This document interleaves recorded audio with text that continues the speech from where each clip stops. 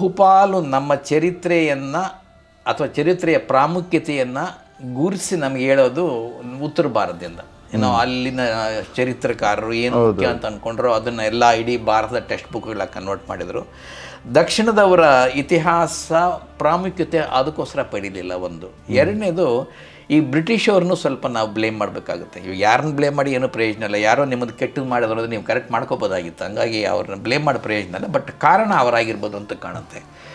ಡೆಲ್ಲಿ ಸುಲ್ತಾನ್ರು ಅವ್ರು ಬಂದಾಗ ಅವರಿಗೆ ಅದ್ಭುತವಾಗಿ ಕಂಡರು.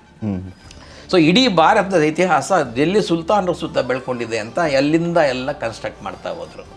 ಅದನ್ನ ಡಿಕನ್ಸ್ಟ್ರಕ್ಟ್ ಮಾಡೋ ಅವಶ್ಯಕತೆ ಇವತ್ತು ಉಂಟಾಗಿದೆ. ನಿಮ್ಗೆ ಗೊತ್ತಿರಬೇಕು, ಕಾನಿ ಶೆಟ್ಟಿ ಅಂತ ಒಬ್ಬರು ಇತ್ತೀಚೆಗೆ ಒಬ್ಬ engineer, he is writing book after book. ಅವರು ಹೇಳ್ತಾರೆ, ಡೆಕ್ಕನ್ ಇತಿಹಾಸ ಒಂದು ರೀತಿ ಗ್ಲೋಬಲ್ ಇತಿಹಾಸ ಇದ್ದಷ್ಟು ಪ್ರಾಮುಖ್ಯವಾಗಿದೆ ಅಂತ. ಇಡೀ ಭಾರತವನ್ನು ಇಡೀ ಪ್ರಪಂಚಕ್ಕೆ ತಲುಪಿಸಿದ್ದು ಡೆಕ್ಕನ್ ಇತಿಹಾಸ.